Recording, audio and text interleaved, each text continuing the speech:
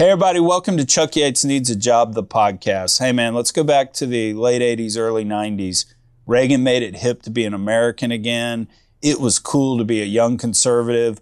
We had this wild governor's race in the state of Texas, and I was a political junkie. We had 5 great candidates, but I saw a commercial from somebody I'd never heard of, Clayton Williams. He was an oil and gas guy, telecom executive, swashbuckler, full of life. He dominated the Republican primary.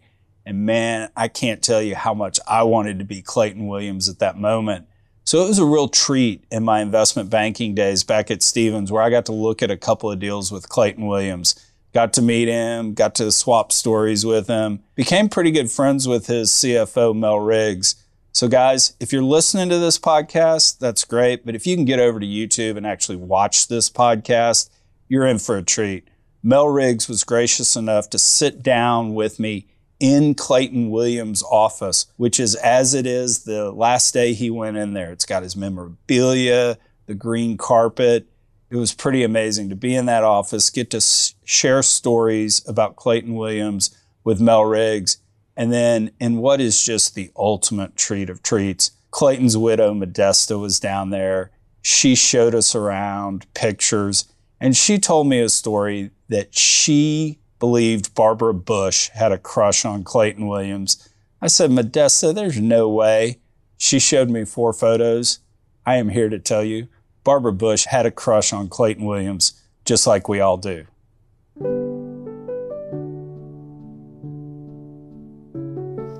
How did y'all meet? Okay. Well, that's kind of a yeah. Well, a friend, her brother had adopted a baby boy out in El Paso, so we decided we needed to go celebrate. Of course, you know. Right. And we went to this little cafe. It's a Mexican food cafe, and this guy from Fort Stockton would come in every Thursday night and sing mariachi songs. So we thought, that's what we'll do. We go listen to that guy from Fort Stockton sing. And we got there, and there he was, singing away. And so he finished his song, and he kind of eyed me, and I looked at him, and sparks flew. And he came around our table, and we spent the night together that night. But it was clean. I think if he'd been singing in English, I would have thought he was nearly as cute. Hey everybody, Chuck Yates here. This is really cool. We're coming to you from Clayton Williams' office, and I'm so lucky to have Clayton's former CFO, Mel Riggs, with me. Hey, Mel. Chuck, good to see you. So how'd you meet Clayton? How'd you get here? In 1984, I was working here in Midland. I was a controller for another company. Oil prices were starting to plummet, and I could tell that the company was probably going to go through some very difficult financial times. So I was kind of thinking about a change in a career, and I picked up the Midland paper one day, and on the front page there was an announcement, a story about Clayton Williams, and he was going to start this telecommunications company. And I thought, that's exactly where I need to be. And so I started from there, really just trying to figure out how to get in the door. My grandfather came to Texas in 1866, came to Fort Stockton in 88. I was born in Alpine in 31. I've had a great life being in the West. My dad had a small ranch, but I took to it. And but also it turned out if I want to buy more ranches, I better get in the oil business, which I did. I had good luck. So where did he get his start? He grew up in Fort Stockton, Texas. He was raised by some strong, he had a great mother and his dad, and he was always told to be productive by his parents. His grandfather had been had migrated to Texas in the 1800s.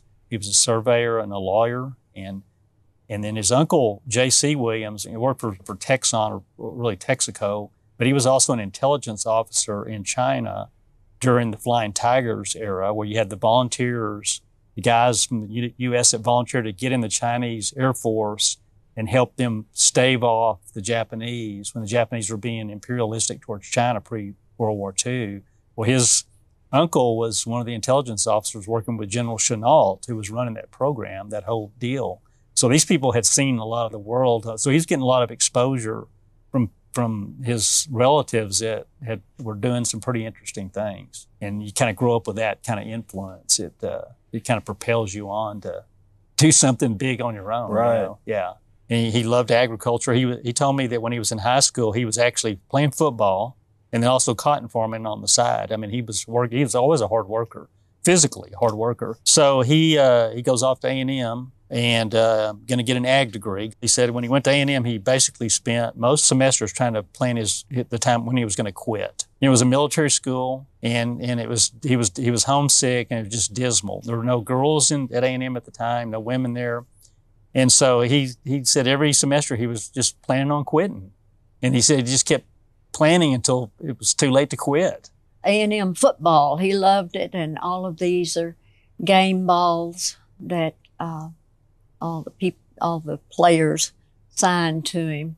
So he got his degree, and then he was in the Army. His Army time came right at the end of the Korean conflict. So he said basically the Army days were a lot of boredom.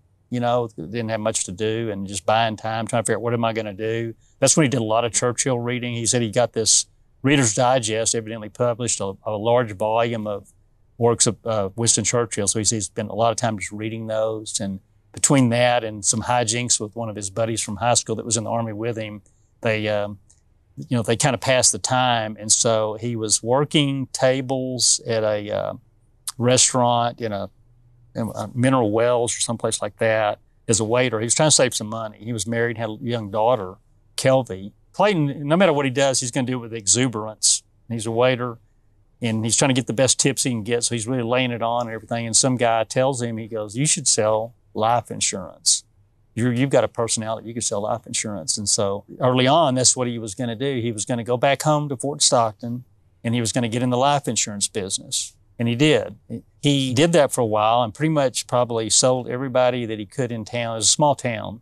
And he said one day he was kind of walking down the street. He sees one of his friends coming down the street, and he said just before they got close, he said that his friend kind of crossed. And he said, that's when he realized, I got to get in another business. Everybody was running from him because this is the most persistent life insurance salesman you could ever imagine. Oh, no. And so he became a notary public, and he had signed documents at the bank, transactions, leases and stuff. So he was called to the bank to sign his signature, notarize a bunch of documents. And he realized there's something going on here with big dollars are changing hands. There's this oil and gas lease, and he knew the rancher that owned the minerals or whatever that was doing the lease. And then there was this company, it was Gulf or Humble or somebody. And that's when he realized there's something to this, that I can get in business doing this. I can represent landowners in some manner, do something like that. Because he started his career, I believe, and kind of decided to go out on his own in 1957. And he had this book, it was called The Greatest Gamblers. This lady had written it. It just talks about the oil industry and all the great, the Sid Richardsons and all the people that, had discovered the big fields. And so that was kind of like his Bible. He basically self-taught himself the business. You tired of this phone mess? I'm Clayton Williams. Our company, Modesta Communications, has put together the finest technical folks available. We're building you a new digital long-distance system. We're not riding anybody's coattail. This is our own network, and it's going to be a state-of-the-art system. Our team can handle all your communications anywhere, anytime, and do it for less money. We'll help you clean up this mess. It's interesting because when you and I have talked about Clayton Williams, you've almost said his story is the story about America. Businesses he started, oil and gas, telecom. So walk us through life with Claytie starting in 1984. I mean, it was an interesting time in telecom. Claytie was starting a new company. Things were getting really tough in the oil and gas industry. So he's starting this company at a time when the long distance was being deregulated. It was a very competitive environment nationwide, and it kind of opened the door eventually for the internet and so forth. We went from analog to digital, and we were caught in that wave. Ultimately, y'all wound up selling it to MCI, right? We sold to a company called ATC, and it was a public company that shortly thereafter merged with WorldCom, which had later acquired MCI. So when did you sell the telecom? We sold the company I believe it was in 1989. We were really kind of at a point where we needed to take the company public or do something. We were pretty much tapped out. As you recall, the late 80s, the price of oil plummeted to a pretty low level, and we were running out of capital. We were starting to cash flow the company, but to grow beyond where we were, it was going to take a massive amount of money. And Clayton didn't really want to take the company public. And at that time, he was not really going to, he didn't think he was a public guy. And so we decided to go sell the company. It was a entrepreneurial journey, and that was just Clayton. Again, starting something he knew nothing about, but he understood that if you provided a good service and quality, that you could sell it. That was his theme. So you sold the company, and then did you join the oil and gas company, or how did you get back? No, initially we sold the company, and I got sold along with the company. My job initially was to go out and find other companies to buy. And so I worked with one of my colleagues who had also worked for Clayton for a long time, and we went around the country looking for opportunities for ATC. We did make a couple of acquisitions. And then a few months, I guess in the latter part of 1989, I got a phone call from the guy that was Clayton's CEO at the time, Jamie Winkle. And Jamie said, why don't you come back and work for us? He said, they thought they had their problems kind of worked out, and he said, we're going to be, and they had some acreage in New Mexico, kind of a field they'd bought. And I'm sitting in this building, and my role was going to change. I was going to be moved to San Antonio, and I was going to run the Southwestern division for this telecom company. Well, I had a young daughter that was just becoming a teenager, and I didn't really want to uproot her. So I made a decision based on that. It turned out to be the right decision, because then ultimately that company was sold shortly after.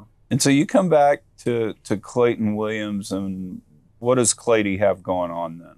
Well, it was very interesting, because when I came back, he suddenly decides he's going to run for governor. Mel, come back. By the way, yeah, he's running for governor, and that really kind of came from the telecom exposure that he had. He got a lot of name ID out of that, and he got exposed to things going on in Austin. We were trying to make a statement about the deregulation of AT&T, and Clayton said the best way to do that is you got to do something kind of outrageous in his decision. And so he decided to ride a horse up the steps of in the Capitol, and they're slippery. One thing leads to another. Somebody said, Clayton, you need to run for governor. And he goes, hell no, I'm not going to do that. You just said that in passing, but then later on it sort of germinated, and other people grabbed onto it, and the next thing he's running. And here is Governor Clements and Ms. Clements, and we were all horseback, and they were buying cattle from us. Clements really helped talk Claytie into running for governor. He liked Claytie, and Claytie really wanted to be like Clements. He was tough. Clements was in the oil business, a driller, a drilling company, and they really hit it off through the years. And he said, yeah, Claytie, you can do it. You'd be a good one. We went to Pakistan in '89 to decide whether he was going to go for governor or not. And we actually went up to Chitral, which is right across the border from Afghanistan. What did he say when he was thinking about it? Was he worried? Was he? No. Whether, he could manage it with business, and would he make a good governor? And I knew he would. Oops. Mm-hmm. It would have been good. Yeah. Sorry, I still get emotional. He would have really made a good one. A fun one. Lots of fun.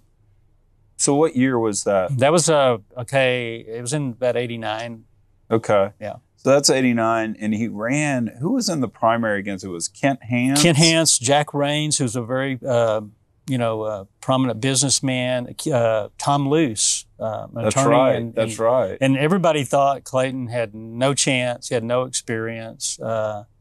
There's no way he can compete against, especially some people who are already politicians. Right.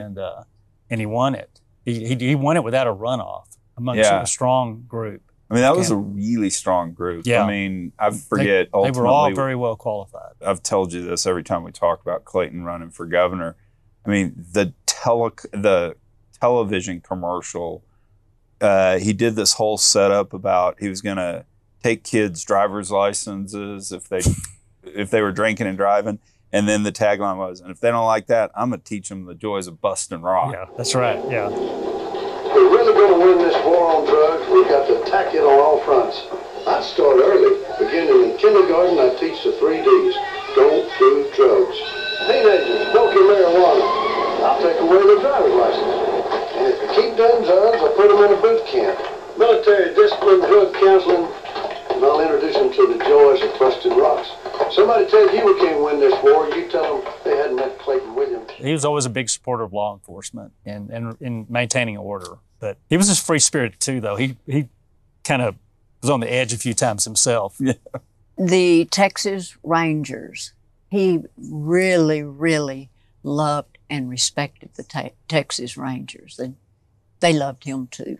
I mean, he took the world by storm when he ran for governor. I remember him being on Crossfire with, I forget who the liberal was, but the conservative was Robert Novak. Mm-hmm. And he just crushed that. And I mean, just blew away, literally as good a race ever in the Republican primary. I mean, ran away with it. Like you said, I mean, a great field of candidates. And he won it with that. I mean, wasn't it 52, 53%, something like that? Yeah, I think the margin of, if you totaled up all the votes, it was a 200,000 vote difference between the two of them. It was razor thin. And then I think the press just got a hold of him. Well, he contributed to the press. He fed a lot of, Clayton had this kind of the darling of the party, the Republican Party, because of the way that all worked out. And he was very comfortable with the press. And he really kind of felt like, well, they were sort of like friendly to him.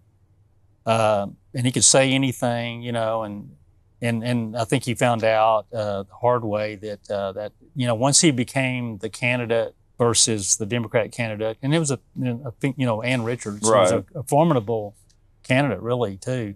The game changed, and I don't think he recognized the shift in the way the game is going to be played. Yeah, I think the media likes to build you up and then take you down. Wound up losing to Ann Richards, but in a weird sort of way that paved the way for George W. Bush. Yeah, it did pave the way. He did bring a lot of people to the Republican Party that had not been in the party before from different parts of Texas. So and Bush, I think George W. has acknowledged that Clayton kind of did pave the way for him ultimately. At the time, though, he was running for governor, we were in a sort of a financial crisis with his companies. Clayton was able to deal with all this stuff, but we had companies that were struggling because of the downturn of the oil and gas industry. We had a bank with issues. We had a lot of problems, and that's where I ended up spending a lot of my time. Myself and my colleague who passed away in 2010, Paul Latham, he was the chief legal counsel, but he and I were pretty much workout guys for a number of years to kind of get things right with Clayton's companies. And while he was running for governor. Right, exactly. You'll run for governor. We got this. With Claytie, it was always an adventure, believe me. That's one thing I've loved about working for him. You just, you got put into situations and you just have to figure out how to deal with it. So he comes back from running for governor. You're here. When does Clayton Williams go public? Well, the oil and gas that's company. A great question. Yeah. We had gone through a process to shut down companies. He had a safari company in Africa. We had to shut it down. He said he got a 20% return, which meant he got 20% of his money back. That's what he said. It was pretty much a legendary deal in Africa, though. Having gone over there later on myself, the professional hunters in Africa still talk about it even today. He had such a big concession. But he had mud companies and a pipe company. He had a bank that was not in good financial health. And so we started working through all these different problems. And over time, we had them, over the next couple of years, we kind of got everything kind of stabilized. We still had a lot of debt, though. And it was primarily oil company related debt. We looked at different options on how to refinance the company. We talked to, like the guys at NCAP had just started their business. And they were loaning money, there was no equity. I started noticing that there was these small companies going public in the DJ Basin in Colorado. Garrity Basin, there's a number of them that were starting to talk about going public, and they were small, and I thought, wow, that, maybe that's an option, a way to raise some capital, get some equity, pay down debt. And so I have a friend that I'd known from early days in Midland, Jay Allison, who runs Comstock Resources. Right. And Jay had just kind of gotten his company public not that long ago, and it was basically a reverse merger into a shell, a public shell. And I called Jay up. He said, yeah, you can do it. And our auditor told us, he kind of laughed at us when we told him we were thinking about taking the company public. And he goes, you'll never get that done. It's impossible. He said, Clayton's not a public guy. And so I called Jay again, and Jay said, hey, you need to call this guy, Arthur Anderson. Talk to him. He'd worked on Jay's with Comstock. And so I called this individual, and I told him the story, and I said, the problem is, too, we've got 3 different oil companies, really, that own interest in all these different assets. So we don't really just have one company. So it's sort of complex. How do you take that public, and what do you take public? And the guy said, let me come see you. So he flies down here from Arthur Anderson, comes down here to see us, spends the day, we talk about everything. And as he was at the end, he was leaving, and I said, well, what do you think? He said, we can get it done. And I said, well, how are we going to do it? And he goes, what are we going to do? And he goes, we're going to create the best little oil company that never existed. So basically what we did, we came up with a new co that would never become a real company unless the IPO actually happened. And then we selected the right assets to go into that new co that would go into that company. And we audited it. We audited it historically, gone 3 years back or whatever. Right. And so that's, it took, I think we launched our IPO in 1991, and it was going okay. It was a tough sale. It was an Austin Chalk story. We were drilling in Pearsall, of all things. And we were making big wells, but unfortunately, the wells had no reserve life. I mean, they were just these big fractures. We were producing a lot of oil as we drilled, and we had live oil systems, all kinds of technology trying to keep something blowing up on location, and there were fires in some cases with some other companies. So we were doing that. And on the last day of our road show, I'll never forget, we were in Denver. It was Payne Weber was the bank. We were doing a presentation to their sales force there in Denver. And all of a sudden during the presentation, the salespeople start leaving the room, and we go, and everybody's all stressed out. And there was something that H.W. Bush 41 was president. Some comments were made about interest rates, and the market window closed. And we were done. All that effort is like over. There was no way to go public. And so we had to come back and regroup. Yeah, so we came back and we had to hold it all together. We needed to show some continual activity, but we were pretty much out of money. And so what we did, Clayton rallied together a bunch of vendors, and we came up with this vendor financing program with all of our vendors and a big group of them to finance these chalk wells. And we squeezed a little bit more money out of the banks, because the banks were, they were so far into this deal, they thought, well, we got to get these guys public somehow. So when we went public, he wanted to make sure he was firmly in control. He did not want to sell stock. For a lot of years, he took his salary in stock. When the things were really lean in our company in the early years, he didn't get paid a salary. His salary was paid in stock. That's the way he wanted it, because we needed the cash. I wish I could have done it. But unfortunately, it's hard to buy shoes and groceries with stock. Right. So, put kids through but school. He was able, he just believed in what we were doing, and he was willing to do, and he just wanted more of it. Clayton had, during the 80s, because he had built this conglomerate of companies and things, he personally owed about $500 million. Personally signed all the notes, everything was collateralized, and he dug his way out of that. It took a long time. He had to sell Clay John Gas, which was a gas transmission and processing company. Had a lot of cash flow and everything, but he sold that to 2 guys. It was Bill Simon and a guy named Ray Chambers. It's called Westray. They were a company, LBO, leveraged buyout deal. And I don't think they put any equity in. They just were able to. This is where Clayton, I think he realized that there was something missing in his business world, that these guys bought his company. It was probably his best company, and they did it without putting any equity up, because what they did is they just took the management team and put them on the road, and they went out and raised some long-term debt, some bonds. But they used Clayton's people and used his assets. And so it was kind of a classic, you got a long-term asset with short-term debt on it. But anyway, we paid our debt down to we paid it basically to zero. So the first time in a long time, we were debt-free. I had a banker one time at IPAA. We made a company presentation. I was walking off kind of the stage and getting ready to leave, and this banker comes up to me, and they were one of our key banks, and he said, there's only like 2 or 3 people that I'd loan money to on a handshake, but Clayton's one of them. His deal was, I'm going to pay all this debt back. And he made tremendous sacrifices to pay $500 million of debt back. It meant he had to sell a lot of assets, things he loved, but he was and whittle down his whole kind of empire to get it done. But he did it, but we paid everything. He was really proud of that. I mean, he did it. He didn't walk away from any debt, just paid it all. He just kind of worked his way through it. And it was painful. Yeah. It was really painful, but we did it. So very few people on this planet have ever been as charismatic as Clayton Williams. Doubt. I mean, we come in, slap you on the back, shake your hand, and it was hard not to be friends with him. Mm-hmm. That's right. Yeah, he could work a crowd better than anybody I've ever seen. He had a feel for people that was pretty amazing. Everybody that interacted with him felt like they were the only person that he was really interested in. I mean, he was able to do that. It's amazing. He had that knack. And like you said, I think we talked about earlier, when he walked in a room, the place just kind of lights up. And this is the Texas governor, White. Mark White. Mark White. All right. We were in Houston at a Brangus show and auction. And this is Fairchild. Morgan Fairchild. Yeah. Oh, my gosh. And then the other lady that was here, too, she was Wonder Woman. Yeah. Linda Carter. Yeah. So she was there. And so Claytie was trying to get her attention, And so here comes Mark White. And Mark White is kind of getting her attention. And so Claytie puts a napkin over his head and tells Mark White that he is fired as governor.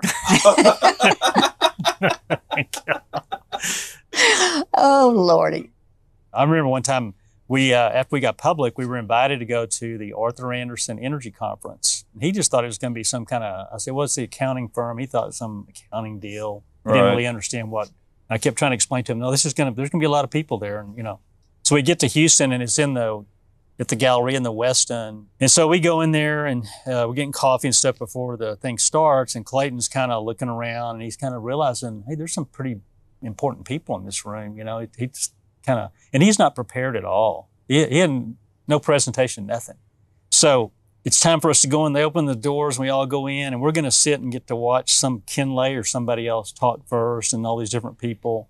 And Clayton's sitting, and it was crowded. And I remember when Clayton goes to the door to the ballroom, and that door opens up, and there's this crowd. I saw him kind of flinch, kind of like, whoa, this is a big deal. Right. And then this young Arthur Anderson accountant comes up to him, and he says, Mr. Williams, can I get your slides, and I'll set them up for you? And Clayton just looked at him, and he goes, no slides, just bullshit. He's stunned. He's a young accountant. He was just like stunned. So Clayton sits down, and I had to sit behind him because there was a big crowd, so there was only a few seats. Everybody's grabbing seats. I'm sitting there, and I can tell he's kind of starting to fidget, and he's not prepared. And so I see him kind of then, I'm watching him, he's ruffling through his pockets, and he pulls a little sliver of paper out, little thing, and then he's looking for a pen, and finally he asks the guy next to him, hey, do you have a pen or something? And the guy gives him a pen, and he starts like writing his speech.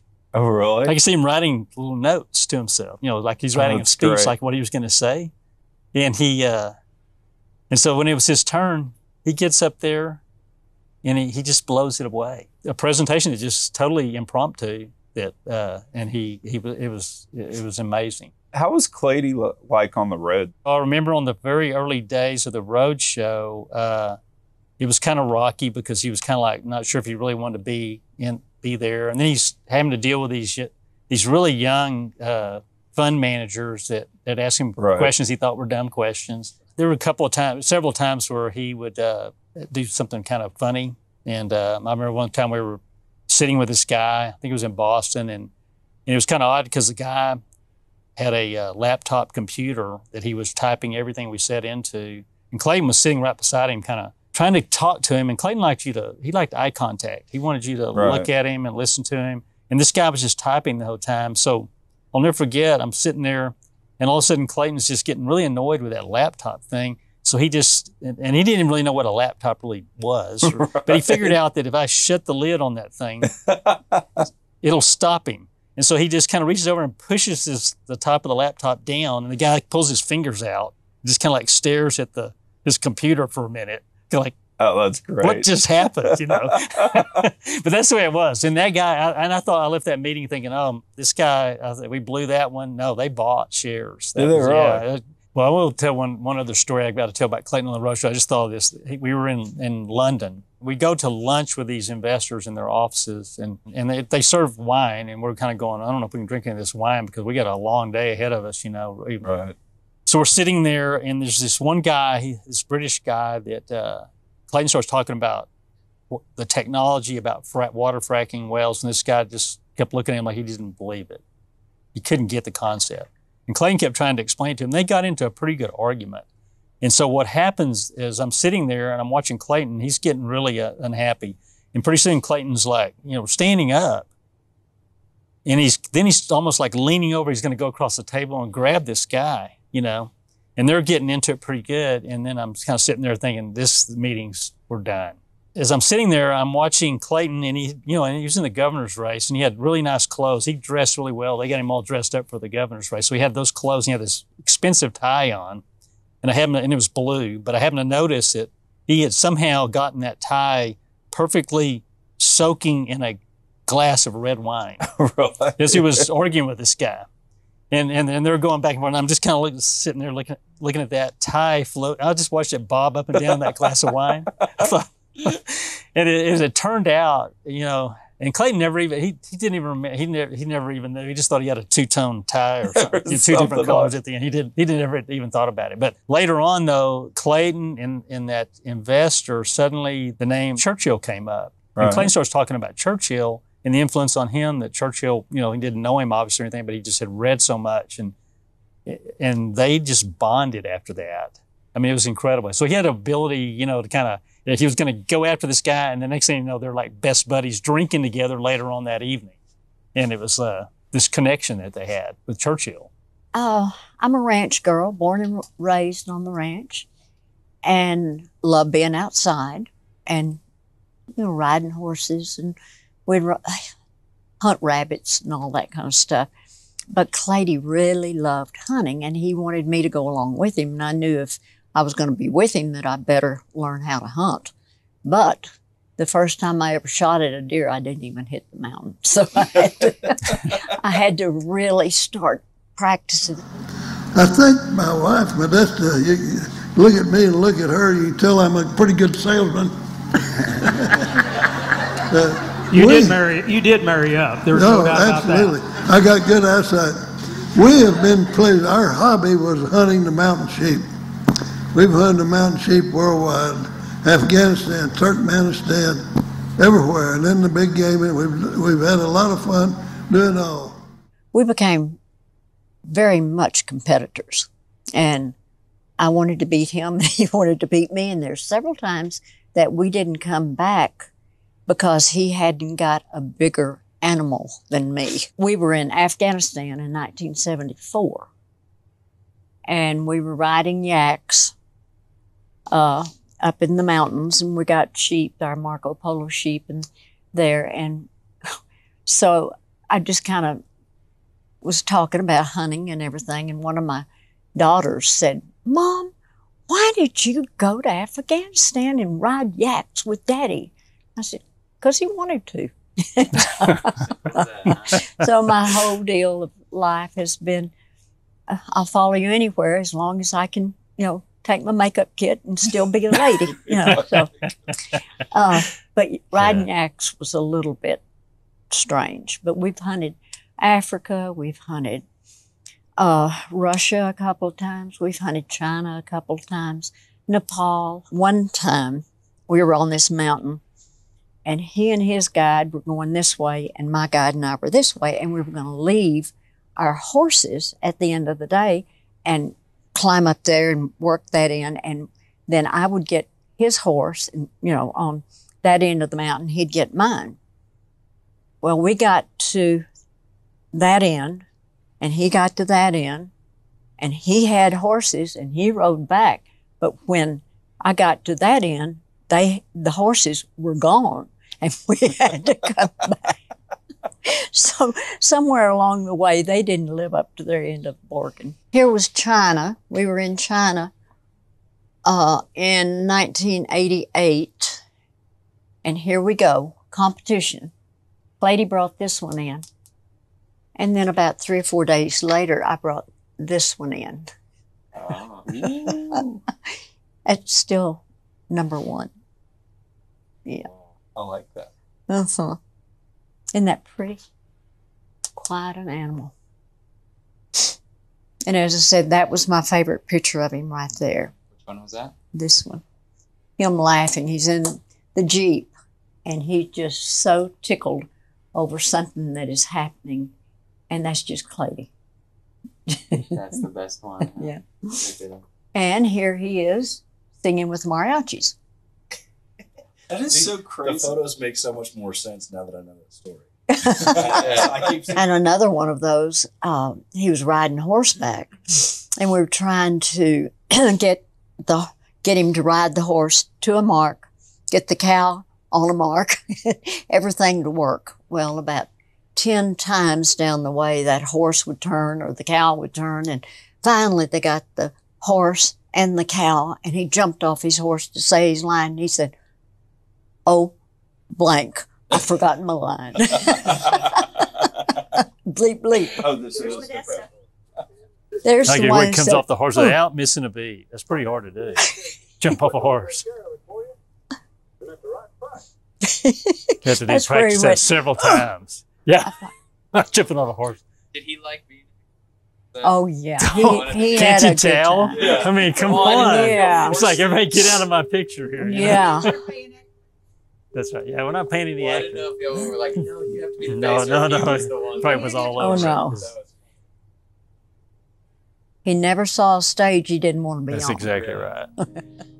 Thanks, Mel and Modesta, for showing us around Clayton's office. The one thing I couldn't help but feel sitting in his office, looking at the memorabilia, the photos, was just the unbridled optimism that man had. No matter how many times he failed, he got up, came back, did it better than the last time. I know our industry's been in a tough spot the last few years, but if we can all conjure up a little bit of Clayton Williams in us, that's how we get through this.